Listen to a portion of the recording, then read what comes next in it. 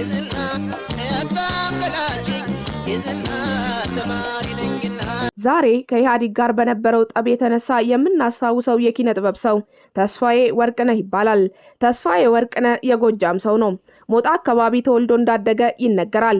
የኪነ ጥበብ ስራዎቹ ጎጃም መሬቱ በቢሮክራትነት ተነጥቆ ጠመንጃው እንዲሁ ወደ መቀሌ ተጭኖ ባዶ እጁን በቀረባቸው ጎጃም አዘነ የተባለውን ያሁኑ መታወቂያ ልብሱን መልበስ በጀመረባቸው ጥቋቁር ዓመታት የተዜሙ ናቸው። ማደሬ ነው የብር ወለባ ያንማዶ ተራራ የዝና ወይ ሙሉ ከሚላ ውቢቱ ጎጃሜ ሸጌ በኔ ላይ ጉብልጅ አደራ አለ ነገር በተሰኙ ሙዚቃዎቹ ይታወቃል። የአብዛኞቹ ግጥሞች ባለቤት ራሱ እንደሆነ የሚናገሩም አሉ። እናም ፖለቲካ ይደፍራል። ከሁሉም በላይ በ1990 ዓ.ም ያሳተመው አልበም ውስጥ ያለው 10ኛ ክር ጠበቅ ያሉ ፖለቲካዊ ብሶቶቹን የተነፈሰበት ነው። ርዕሱ አለ ነገር ይሰኛል። የዚያ ሙዚቃ ግጥም ጸሐፊ የኔው አካሉ ይባላል። ደፍሮ የሚዘፍነው ግን ልበ ሙሉ ጎጃሜ ተስፋዬ ወርቅነህ ነው።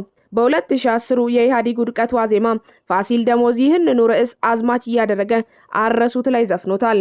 እስኪልነሳና አለ ነገር ሻገረው ገንዘብ አለ ነገር ሻገረው ገንዘብ አለ ነገር አለ ነገር ጎጃምና ጎንደር ወሎም አለ ነገር መሃል ሸዋም አለ ነገር እንዲህ ታመን አንገት ደፍተን አንቀር የሚሉት አረሱት ላይ ያሉ ስንኞች ከተስፋዬ ወርቅነህ የ1990 ዓ.ም አመፀኛ ዘፈን ርዕስ በብዙ ተውሰዋል። ተስፋዬ ወርቅነህ አለ ነገር ሲል በሰየመው ሙዚቃ ውስጥ አረ ጥራኝ ጫካው አረ ጥራኝ ድሩ ላንተም ይሻልሃል ብቻ ከማደሩ ይላል። ከሀገር ወጥቼ ሁኜ በሰው ሀገር ዛፍ ያነቃንቃል የምሰማው ነገር ሲልም ያማርራል። የጎጃሜቱ ልጅ ተስፋዬ ወርቅነህ እዚሁ ሙዚቃ ውስጥ እንዳልናገረው ጉዴ ብዙ ሆኖ በሆዴ ያለቀስኩ ገደለኝ አፍኖ በማለት ገጠመኝ ያለውን የመታፈን ስሜት በሙዚቃው ውስጥ ገልጾታል። አክሎም ሆዴ ጭሶ የነደደ እንደሆን አመዱ ማፈሻው ስፍራው ወዴት ይሁን በማለት ጠይቋል። ከዛ በኋላ ግን ተስፋዬ ወርቅነህ የተባለ ፖለቲካዊ ጥበብ የማይፈራ ዘፋኝ እድሜው አልረዘመም። በግልጽ በማይታወቅ ሁኔታ ሞቷል። አድናቂዎቹ ግን ዛሬም ድረስ በፍቅር ያደምጡታል። አቤል ወርቁ ዘኮተቤ ተስፋዬ ወርቅነህን ሸክላ ሰሪው አጣድፎ የጠራው ዘመን ተሻጋሪ ድምጻዊ ሲል ይገልጸዋል። የዝና አራንቺ የዝና ሆድዬ የዝና ተያታንገላችኝ ተማሪ ነኝና እያለ ሲያዜም የምናውቀው የዘጠናዎቹ ትውልድ ሌላ ቀለም የነበረው ጅንኑ ጎጃሜ እነሆ ካረፈ ከብዙ ዓመታት በኋላ ራሱ የብዙዎች ናፍቆት ነው።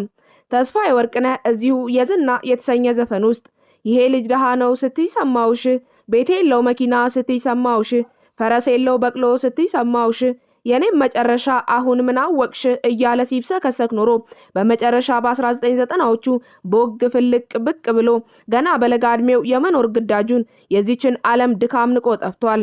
ድምጻዊ ተስፋዬ ወርቅነህ ዘፈኖቹ የከፋውን ከልብ የሚያስለቅሱ መልሰው በማጽናናት እንባን የሚያብሱ ናቸው። ያፈቀረ የናፈቀ ትዝታ ያለበት የመከዳት ዕጣ የደረሰው ሁሉም ፈልጎ የሚሰማው ሰው ነው። ዛሬም ድረስ የዘፈን ግጥሞቹ በብዙዎቻችን ልብ ውስጥ እንደታተሙ ናቸው። በአብዛኛው ወጣት የፍቅር ታሪክ ውስጥ ልዩ ቦታ ካላቸው የባህል ዘፈን አቀንቃኞች መካከል አንዱም ተስፋዬ ወርቅነህ ነበር። በዘፈኖቹ ውስጥም መውደድ፣ መከፋት፣ ብሶት፣ ጥልቅ ፖለቲካ እናነባለን። ምን ያስኮርፍሻል እንደ ዘበናይ አባይና ጣና የኔ አይደሉም ወይ ሲል ባደመጥን ጊዜ በጥልቅ የሙዚቃ ስሜት ውስጥ የግብጽና የኢትዮጵያ ረቂቅ ፖለቲካ መሃል ተገናኝተን እንሰምጣለን።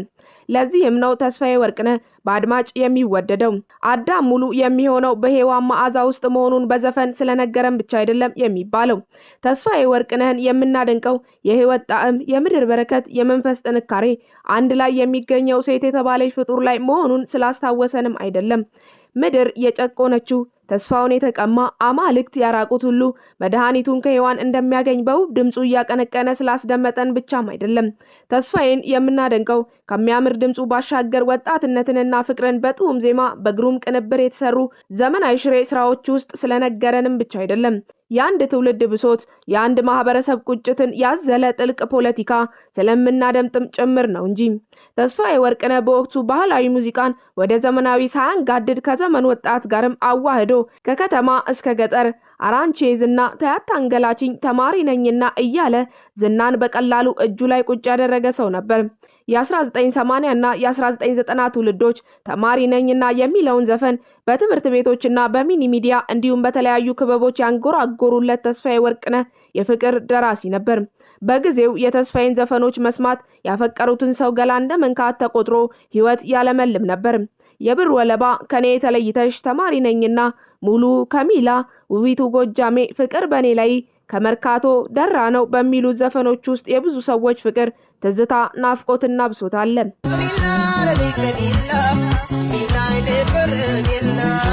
ተስፋዬ ወርቅነህ አስደግመሽብኝ አለቃ ፈንቴን፣ ሳር ቅጠሉ ሁሉ መሰለኝ አንቺን ያለ ጊዜ፣ ፍቅር በዚያ ጎጃም በተባለ የጠቢባን ሀገር ከሚታየው ከሚጨበጠው ባሻገር መሆኑን እንገምታለን።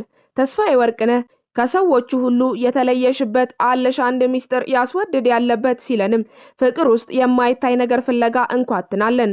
እናቴና አባቴን ዘመድ የለኝ ብሎ የናፈቀማ ሰው ይመጣል ኮብልሎ እያለም አዲስ አለማየሁ በፍቅር እስከ መቃብር የፈጠሯቸውን ገጸ ባህሪያት ያደረጉትን እሱ በሙዚቃው ይገልጠዋል። ተስፋዬ ወርቅነህ ፍቅርን አልጋ ድረስ ወስደው ከሚያስቃኙ ደፋር ዘፋኞች መካከል ነው። አምባሰል ሲሄዱ ይታያል አምባሰል፣ እየኮመኮሙ ቤተ ዘመድ መምሰል ሲለን ትርጉሙ ግልጽ ነው። የሚወዳትን ልጅ ተያታ አስጨንቂኝ በሆነ ባልሆነው መድኃኒቱን ሰተሽ ብታድኝኝ ምን ነው ብሏትም እናደምጠዋለን። ተስፋዬ ወርቅነህ የፈጠረው ገጸ ባህሪ ለምኖ የሚቀር አይደለም። ይልቅስ አልጋ ላይ ስትይ ቀበቶ አስፈትተሽ ማሩኝ ታስቢያለሽ ወንድ ልጅ አስተሽ የሚል ምስክርነት ይሰጣል። ያችን ሸግዬ ፍቅረኛውን ውበቷን፣ ደምግባቷን፣ ጨዋታ አዋቂ፣ አንሶላ አድማቂ፣ የአልጋ ላይ ንግስት መሆኗን በውብ ድምጹ እንዲህ ይላታል። እጥር ምጥን ብላ ተሰርታ እንደ ሙዳይ፣ ተቀምጣ አጫዋች ተኝታ ሰው ገዳይ። ተስፋዬ የመልክዓ ምድርም አድናቂ ነው። የአቴናው ድራማ ጸሐፊ ኤስኪለስ በ5ኛው ቅድመ ልደተ ክርስቶስ መዳብ የተቀባው ሐይቅ የኢትዮጵያ ጌጥ በማለት ያወደሰውን ጣና ሐይቅን የታንኳው ሽርሽር የመንፈስ ማደሻ ከጣና እስከ ዘጌ ፍቅር መጨረሻ አምላክ ታሪክ ትቶ ተጨንቆ የሰራሽ ለምለም ሀገራችን አባይ ጣና እንዴት ነሽ ብሎለታል። አቤል ወርቁ ዘኮተቤ በአንድ ጽሑፉ አብዛኛው የዘመኑ ሙዚቃ ፈርጀ ጠባብ ነው። ዘፋኞች ነጠላ ጭብጥ ይዘው ነው ደክመው የሚያደክሙን፣ ሰልችተው የሚያሰለቹን ይላል። ተስፋዬን ልዩ የሚያደርገው ፍቅር ላይ ብቻ ሙጭጭ አለማለቱ ነው። ሰምተን የማንሰለቻቸውን የአያቶቻችን የጀግንነት ታሪክ ወደ ኋላ መልሶ ከፍቅር ጋር አገናኝቶ ያስኮመኩመናል። ማደሬ ነው የሚለው ዘፈን ውስጥ የሸዋ ሚኒሊክ ቢያስፈልጉ አጡሽ፣ ጎንደር አጼ ፋሲል ቢያስፈልጉ አጡሽ፣ ጎጃም ራስ ኃይሉ ቢያስፈልጉ አጡሽ፣ ስላሴ ራስ ካሳ ቢያስፈልጉ አጡሽ፣ ደሃ ቁርጠኛ ነው እኔ ያገኘሁሽ ሲል ራሱን ከታላላቆቹ ጋር አወዳድሮ የፍቅር ለደሃ ማድላቱን ይነግረናል። ባለሙያዎች እንዲህ ያለውን ነገር ኪነጥበባዊ ፍትህ ይሉታል። በእንግሊዝ እነ ዊሊያም ሼክስፒር፣ በኢትዮጵያና ሐዲስ ዓለማየሁ ብዙ ጊዜ ተጠቅመውበታል። ተስፋዬ ወርቅነህ የጎጃሜ የፖለቲካ እስትንፋስ ነው ተባብለናል። የዘመናዊት ጎጃም ፖለቲካ ደግሞ ከበላይ ዘለቀ መስቀል ጊዜ ይጀመራል። ተስፋዬ የደጃዝማች በላይ ዘለቀን አያያዝ፣ የፍርድ ሂደትና የህይወቱን ፍጻሜ አስመልክቶ አታለሉት አሉ በላይ ዘለቀን፣ መከሩበት አሉ በላይ ዘለቀን፣ አሰቃዩት አሉ በላይ ዘለቀን፣ ክፉ የክፉ ቀን የሚሆነውን በማለት ይገልጸዋል። በላይ ዘለቀ ላቀው ደብረ ማርቆስ ላይ ቀዳማዊ አጼ ኃይለ ሥላሴን በተቀበለ ጊዜ ስልጣን ስጡኝ አላለም። የመጀመሪያ ጥያቄው እኔ አገራማን ከሆነ አርሼ በላለሁ፣ ወታደሮቼን ተረከቡኝና ስራ ስጧቸው የሚል ነበር። ጃንሆይ ታዲያ ለወታደሩ ምንም መፍትሄ ሳይሰጡ በላይ አዲስ አበባ መጥቶ እንደሚነጋገሩ መልእክት አስተላልፈው ወደ አዲስ አበባ ተመለሱ። በኋላ በላይ ዘለቀ ላቀው ዝቅ ያለ ማዕረግ ተሰጥቶት ቢቸናን አስተዳደር ተባለ። ግን በጦርነት ጊዜ ባንዳ የነበሩ ሰዎች በላይን ሊያሰሩት አልቻሉም።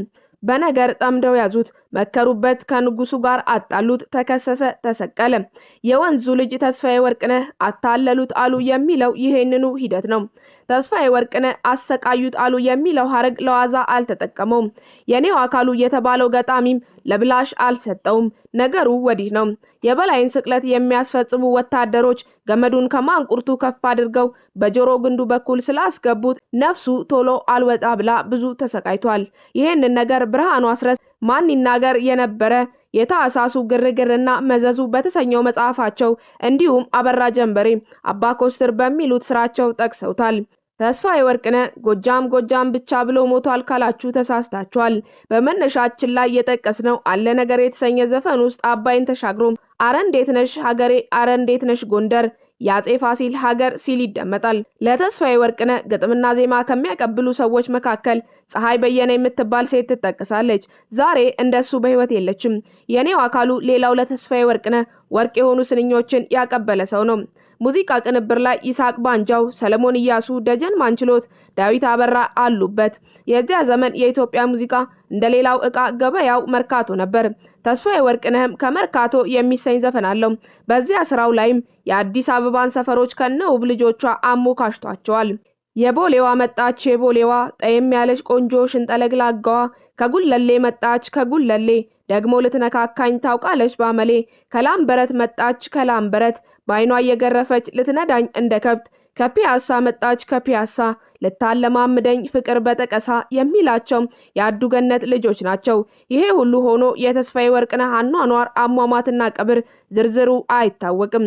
ትዝታው ያለባችሁ ጻፉልን። የሌላ ቀን እንዲህ ያለ ሌላ ዝግጅት ይዘን እንመጣለን። ለዛሬ አበቃን። ቸር ያቆየን።